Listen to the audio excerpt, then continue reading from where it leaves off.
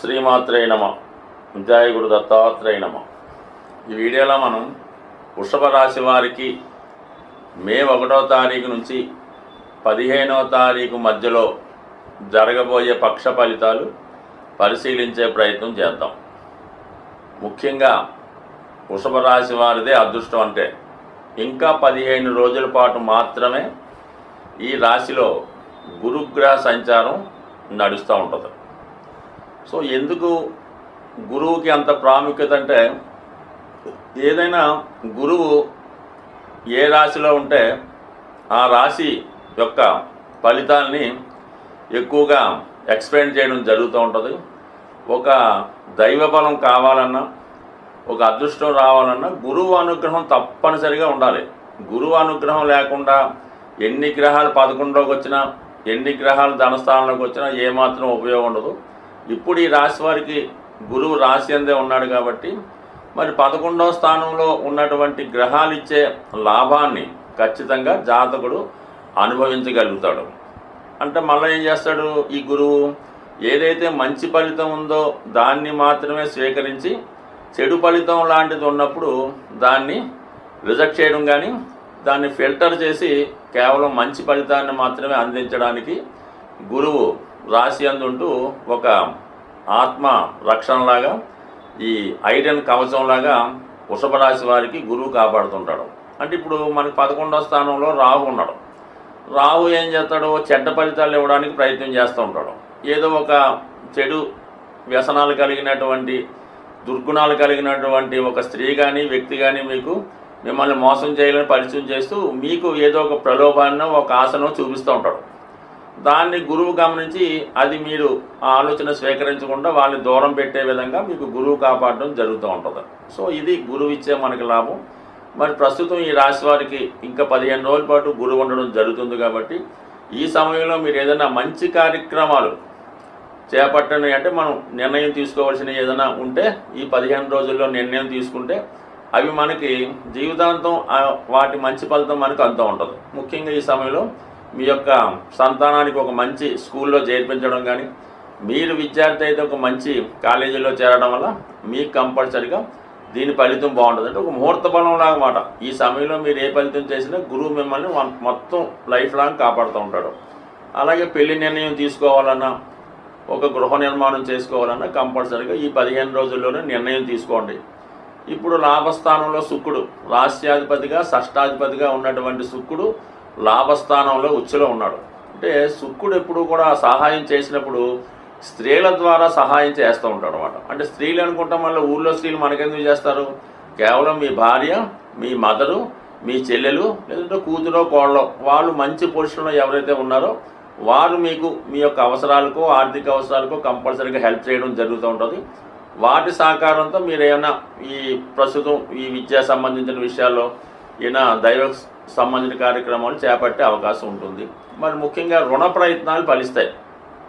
పెద్ద మొత్తంలో మీకు ఏదైనా రుణం కావాల్సి ఉంటే ఈ సమయంలో శుక్రుడు లాభస్థానంలో ఉండగా ప్రయత్నం చేసుకుంటే కంపల్సరీగా రాణిస్తుంది. ఇంకా విద్యా సంబంధించిన విషయాలు బుధుడు శుక్రుడు కలిస్తే అది ఉన్నత విద్యా యోగం అవుతుంది అన్నమాట. అప్పుడు డబల్ డిగ్రీ లాంటిది.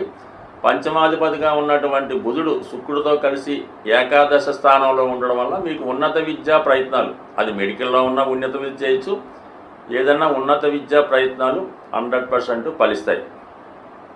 ఇక రాహు అక్కడ ఉండడం వల్ల మెడికల్ విద్యకి ఎక్కువ కారణమవుతుంటాడు రాహు. అలాగే సాఫ్ట్వేర్ రంగానికి, సినిమా పరిశ్రమ కూడా కారణమవుతుంటాడు. మరి ఇప్పుడు మీరు వృషభ రాశి సాధారణంగా శుక్రుడి యొక్క రాశి అవ్వడం వల్ల కొంతవరకు వీళ్ళకి ఏంటంటే ఇటువంటి ఇండస్ట్రీలో, సినిమా ఇండస్ట్రీ కానీ టీవీ యూట్యూబ్ ఇండస్ట్రీలో ప్రవేశించడానికి తగిన సమయంగా ఇది భావించవచ్చు. మీరు ఒక యాక్టర్ అయినా, ఒక నిర్మాత అయినా ఈ సమయంలో మీరు చలనచిత్ర రంగ ప్రవేశం చేయొచ్చు. అక్కడ ఉన్నటువంటి పెద్దవారు మిమ్మల్ని కంపల్సరీగా సహకరించే అవకాశం ఉంది. అలాగే విదేశంలో ఉన్నటువంటి మిత్రుల సహకారం కూడా లభిస్తుంది. ఇక శని లాభస్థానంలో ఉండడం సరే, ఏదైనా ఒక వృత్తిలో మనకి ఫలితం దక్కాలంటే శని యొక్క అనుగ్రహం ఉండవలసిందే. అటువంటి శని భగవానుడు ఏకాదశ స్థానంలో ఉంటూ మరి శుక్ర, బుధ, రాహుగ్రహాలతో కలిసి ఉండడం పెద్ద ఇండస్ట్రీస్, అంటే ఒక రైల్వే డిపార్ట్మెంట్ అనుకోండి, రైల్వేస్, అటువంటి దాంట్లో మీరు ప్రవేశం రావచ్చు. అందులో మీరు ఏమైనా ఉద్యోగం ప్రయత్నం చేస్తే రావచ్చు. అలాగే ఎయిర్లైన్స్, అలాగే అందులో ప్రవేశం లభించవచ్చు. సినిమా పరిశ్రమ అంటే పెద్ద పరిశ్రమలో మీకు ప్రవేశం ఈజీగా జరుగుతుంది. ఇక సాఫ్ట్వేర్ రంగం అంటే నో డౌట్, అలాగే బ్యాంకింగ్ రంగం, ఈ రంగాల్లో మీరు ప్రవేశం పొందాలన్నా ఒక ఇంటర్వ్యూకి వెళ్ళాలన్నా కంపల్సరీగా మీకు ఇది చాలా చక్కని అవకాశం. అంటే మీ జీవితం స్థిరపడే టైం ఇది. మీరు ఏ చిన్న ప్రయత్నం చేసినా మీరు కోరుకున్న రంగంలో స్థిరపడడానికి ప్రస్తుతం ఉన్నటువంటి గ్రహస్థితి చాలా అనుకూలంగా ఉంది. దానికి 3వ స్థానంలో కుజుడు కూడా మీకు ఆత్మధైర్యాన్ని, మీలో కాన్ఫిడెన్స్ని పెంచే ప్రయత్నం కూడా చేయడం జరుగుతుంది. కాబట్టి ఇటువంటి అవకాశాన్ని వదులుకోకుండా ఖచ్చితంగా ప్రయత్నం చేయండి. సక్సెస్ మాత్రం షూర్గా వచ్చే అవకాశం ఉంది. సాధారణంగా మనం ఇప్పుడు రాసులు, గ్రహాలు, నక్షత్రాల ఆధారంగా ఈ గోచార ఫలితాలు మాత్రమే చెప్పడం జరుగుతుంది 12 రాశుల వారికి కూడా. అంటే ఒకే రాశిలో కొన్ని కోట్ల మంది ఉండడం జరుగుతూ ఉంటుంది. అందరికీ ఒకేలాగన్నది ఎప్పుడూ కూడా ఉండదు. మనం ఇప్పుడు చెప్పిన ఫలితాలు కొన్ని పాజిటివ్ ఉండొచ్చు, కొన్ని నెగిటివ్ ఉండొచ్చు. అయితే ఏంటంటే మీ యొక్క జన్మ జాతకంలో ఆ జన్మ పత్రికలో మీకు ఏదైతే రాసి పెట్టి ఉందో అది మాత్రమే గోచార రీత్యా ఆ ఫలితాన్ని మీరు అనుభవించేలాగా ఈ గ్రహాలు చేయడం జరుగుతూ ఉంటుంది. జాతకంలో లేనిది మనం ఎంత ప్రయత్నం చేసినా, గురువు ఎక్కడికి వచ్చినా కూడా జాతకంలో ఉంటేనే ఆ ఫలితం జరుగుతుంది. ముఖ్యంగా సంతానం, వివాహం, ఈ రెండు కూడా పూర్వజన్మ సుకృతం బట్టి, పూర్వజన్మ ఫలితం బట్టి ఆధారపడి ఉంటుంది. అందువలన గురువు 5లోకి వచ్చాడంటే సంతానం కలుగుతుంది, మీరు చెప్పాడు కలగలేదు.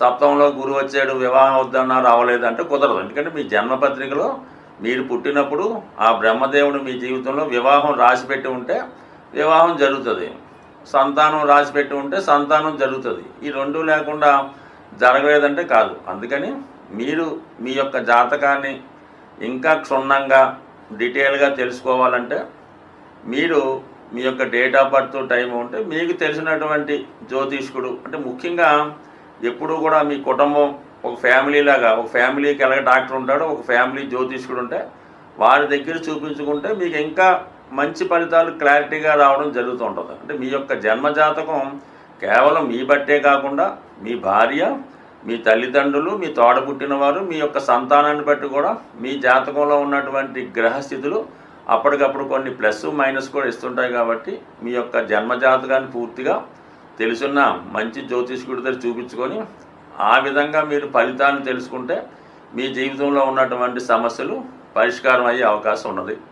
సో అలాగే ఏదన్నా జాతకంలో బలం పెరగాలంటే పుణ్య కార్యక్రమాల ద్వారా దైవ బలం పెంచుకునే అవకాశం ఉంది. అంటే ఎవరు ఎక్కువగా మనం దానం చేయడం వల్ల, ఇతరులకి సహాయం చేయడం వల్ల, వృద్ధులకి సహాయపడడం వల్ల మీ యొక్క పుణ్యఫలం పెరుగుతుంది. అంటే ఏదైనా అష్టమం అన్నది మన కష్టాలకు కారణమవుతుంది.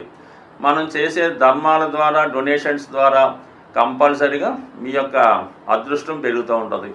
ధర్మం అది చేసేటప్పుడు కూడా అది ఊరిగా పెద్దగా మనం ఈ పేరు చెప్పుకొని పబ్లిక్గా ఇంత ఫలానా ఇంత దానం చేసాం, ఈ ఫలానా గుడిలో ఒకసారి ఏం చేస్తుంటారంటే ఏదో ఫ్యాన్ ఒకటి వేస్తుంటారు, దానిపైన ఫలానా వాడు ధర్మం అని రాస్తారు, అంటే డొనేషన్ అని రాస్తారు. అలా చేయడం వల్ల ఇంకా ఎక్కువ పాపం కలిగే అవకాశం ఉంది. భగవంతుడు మనకి ఇచ్చాడు, భగవంతుడే మన ద్వారా చేయించుకుంటాడు, కానీ మనం భగవంతుడికి ఇవ్వడం అనేది ఎక్కడన్నా ఆశ్చర్యపదం. కాబట్టి అటువంటి ప్రయత్నాలు చేయకుండా సాధ్యమైనంత వరకు మీ యొక్క తాహతను బట్టి, మీ యొక్క స్థాయిని బట్టి కూడా ధర్మం చేయవలసి ఉంటుంది. లేనివాడు ₹1 ధర్మం చేసినా అది అతడి ఖాతాలో ధర్మ ఫలితం కలుగుతుంది.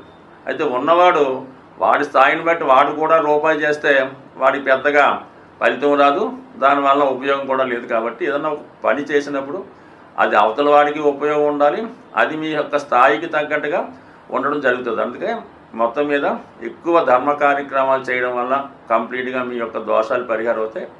అలాగే మూగజీవులకు కూడా సాధ్యమైనంత వరకు సేవ చేయడం అన్నది మంచిది. స్వస్తి.